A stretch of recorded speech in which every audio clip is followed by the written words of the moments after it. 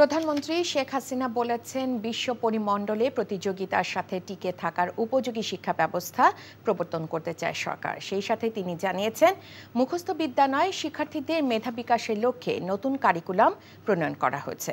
গণভবনে এসএসসি পরীক্ষার ফল প্রকাশ ও হস্তান্তর অনুষ্ঠানে এসব কথা বলেন তিনি। এ সময় এসএসসি পরীক্ষায় কৃতকার্যদের অভিনন্দন জানানোর পাশাপাশি অকৃতকার্যদের প্রতি সহানুভূতিশীল হতে অভিভাবকদের আহ্বান জানান।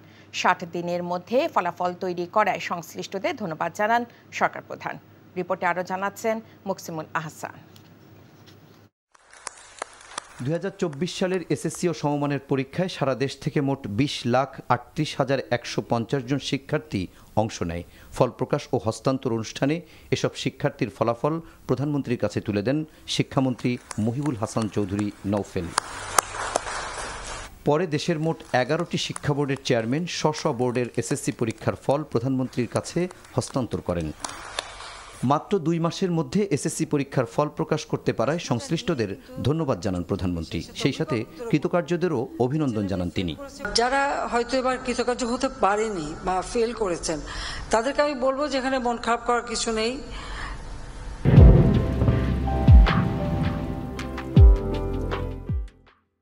একবার এরকম হয়তো মানুষের জীবনে আসে, কিন্তু তারা যদি আবার ভালোভাবে মন দিয়ে পড়াশোনা করে, আবার উদ্যোগ নেয়, তাহলে আগামীতে পাশ করতে পারবে। সেই সাথে অভিভাবকদেরও বলবো, তাদেরকে সহানুভূতির সাথে দেখে কেন সে পারলো না সেটা খুঁজে বের করে তার সেই সমস্যাটা দূর করে তাকে পড়াশোনার দিকে আরো মনোযোগী করে আবার যাতে সে পরীক্ষা দেয় সেদিকে দৃষ্টি দেওয়া। শিক্ষাকে বর্তমান সরকার সবচেয়ে বেশি গুরুত্ব দিয়ে আসছে উল্লেখ করে সরকার প্রধান জানান, শিক্ষা খাতের ব্যয়কে বিনিয়োগ মনে করে তার সরকার। জানান, শিক্ষাবৃত্তি উপবৃত্তি সহ এ খাতে নেয়া নানা পদক্ষেপের কথা।